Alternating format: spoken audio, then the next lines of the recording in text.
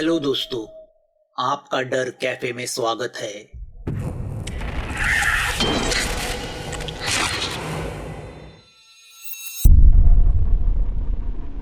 नीलेश की लाश को देखते हुए ऋषिकेश बोलता है, सौरभ, पुलिस को नीलेश के कपड़ों से कुछ नहीं मिला, मगर यह पॉसिबल नहीं कि नीलेश बिना मोबाइल के घर के बाहर निकले। इरावती, क्या तुम नीलेश का कल के रात का मोबाइल लोकेशन ट्रेस कर सकती हो? कोशिश करती हूँ, मगर उसके लिए मुझे मेरे लैपटॉप की ज़रूरत है। ऋषिकेश, सौरभ और इरावती तीनों सौरभ के घर आते हैं। इरावती अपना लैपटॉप निकालती है, फिर उसे अपना मोबाइल कनेक्ट करती है। उसके लैपटॉप में एक ऐसा सॉफ्टवेयर है जो मोबाइल के सर्विस प्रोवाइडर इस्तेमाल करते हैं। सौरभ उसे नीलेश का नंबर देता है। वो कुतूहल से इरावती को देखता है। इरावती नीलेश का नंबर डाल के सर्च करती है। उसे अब कौसाबी का मैप दिखने लगता है और एक ब्लू निशान। उसे देखते हुए इरावती बोलती है, रात को 10 बजे तक वो अपने घर पे था, फिर 12:15 बजे तक वो सोमवार पेट में था। वहाँ रूपाली का घर है, सौरभ उन्हें बताता है। ऋषिकेश लैपटॉप की ओर देखता है और बोलता है, मतलब 12:15 बजे तक वो रूपाली के घर के सामने पहरा दे रहा था। इरावती लोकेशन को देखते हुए आगे बोलती है, 12:15 के बाद वो सातखंबा जंगल के पास गया और जंगल के अंदर घुसा। फिर ऋषिकेश उससे पूछता है। इरावती मैप पे ब्लिंक होते लाल डॉट को देखती है और आश्चर्य से ऋषिकेश को देखते हुए बोलती है, सर, वो अभी भी वहीं पे है। दोनों शॉक होकर इरावती को देखने लगते हैं। क्या? मगर उसकी तो लाश पुलिस को मिली है, हमने अपनी आंखों से देखा है ना? सौरभ शॉक होके पूछता है। तो उस पर ऋषिकेश सौरभ से कहता है, उसका मतलब है नीलेश का मोबाइल अभी भी उस जंगल में पड़ा है और हमें अभी वहाँ जाना होगा। अभी? सौरभ शॉक होके पूछता है। ऋषिकेश उसे देखता है और बोलता है, हाँ सौरभ, बारिश रुकी हुई है, अगर शुरू हो गई तो वो मोबाइल बंद हो जाएगा और शायद फिर उसका लोकेशन मिलना मुश्किल होगा। तीनों सौरभ की गाड़ी से हाथ खंबा के आगे आते हैं। सौरभ गाड़ी रुकाता है। ऋषिकेश नीचे उतर के जंगल की तरफ देखता है। सौरभ को पसीने छूटते हैं क्योंकि उसने सुना था कि उस जंगल में भयानक जानवर है। इरावती मोबाइल में देख के उन्हें इशारा करती है। तीनों झाड़ियों में घुस जाते हैं और मोबाइल के निशान को ट्रेस करते करते अंदर जाने लगते हैं। 10 मिनट चलने के बाद घना जंगल शुरू होता है। अब छोटे मोटे जानवर दिखाई देने लगते हैं। बीच में छोटी नदी भी दिखती है। कुछ सांप सौरभ के पास से गुजरते हैं। तो अब सौरभ गुस्से से बोलता है, यह बंदा इतनी रात ऐसे भयानक जंगल में क्या कर रहा था? ऋषिकेश चलते चलते उससे कहता है, वह रूपाली का पीछा कर रहा था।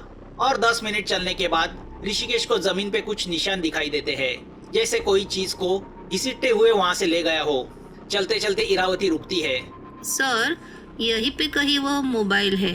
तीनों नीचे बढ़ी हुई घास में ढूंढने लगते हैं। मोबाइल जैसी चीज को उस लंबी घास में ढूंढना आसान नहीं था। न जाने अंदर कोई जहरीला सांप छुपा हो और वह डस ले तो बचना भी मुश्किल। तीनों लकड़ी से घास को दूर करके मोबाइल ढूंढने लगते हैं। तभी ऋषिकेश जोर से चिल्लाता है, अरे क्या बेवकूफी कर रहे हैं हम? हमारे पास उसका नंबर है, उसे कॉल करो। तीनों एक दूसरे को देखते हैं। सौरभ हंसते हुए बोलता है, कभी कभी जीनियस लोग भी गलती करते हैं। और जब भी जीनियस लोग गलती करते हैं तब कोई आविष्कार जन्म लेता है। इरावती बोलती है। सौरभ फोन निकाल के नीलेश के मोबाइल पे फोन लगाता है। इरावती के पीछे से घास में से दबी आवाज में उन्हें रिंग सुनाई देती है। इरावती झुक के घास हटाती है। उसे वो मोबाइल दिखता है। वो मोबाइल उठा के ऋषिकेश को देती है।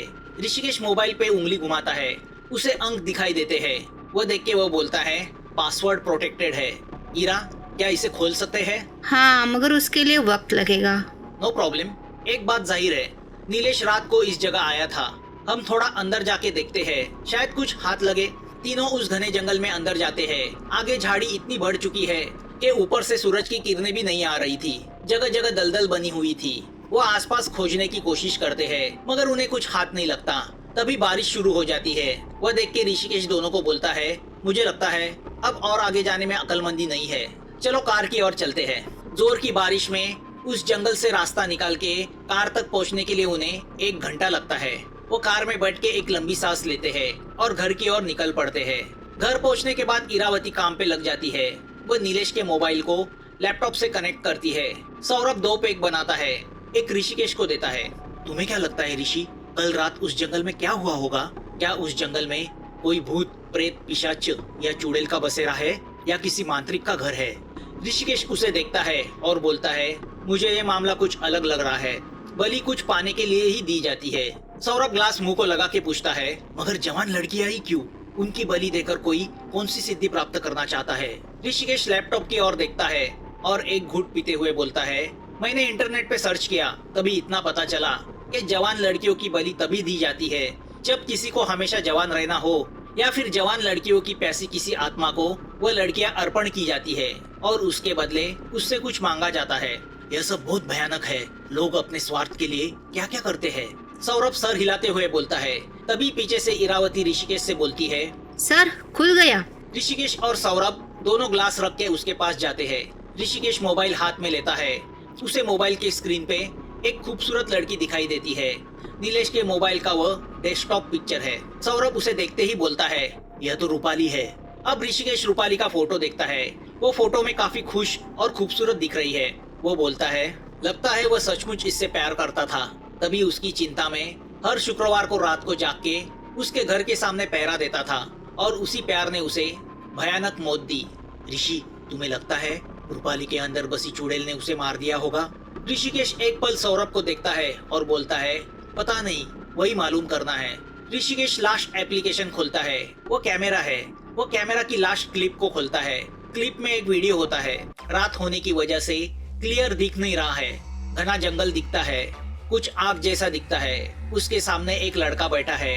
वो कोई विचित्र मंत्र पढ़ रहा है। तभी वो लड़का उठता है और किसी चीज को प्रणाम करता है। फिर अजीब सी डिस्टर्बेंस वाली आवाज आती है। कुछ सुनाई नहीं देता। वहाँ रूपाली भी खड़ी है।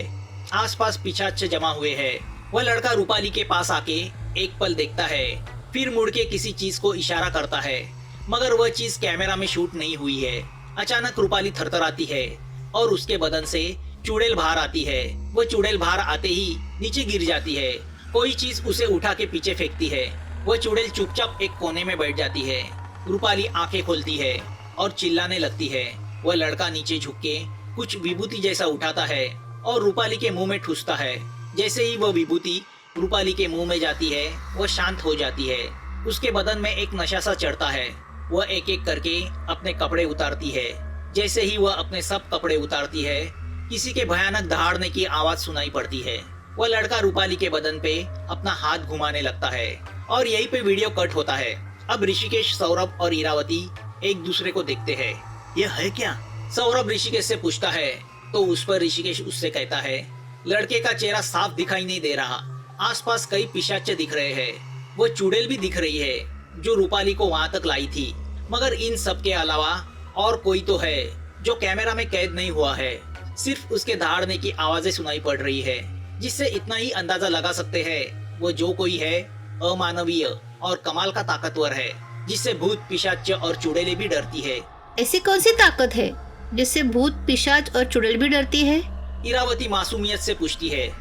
ऋषिकेश शांति से बोलता है, शैतान।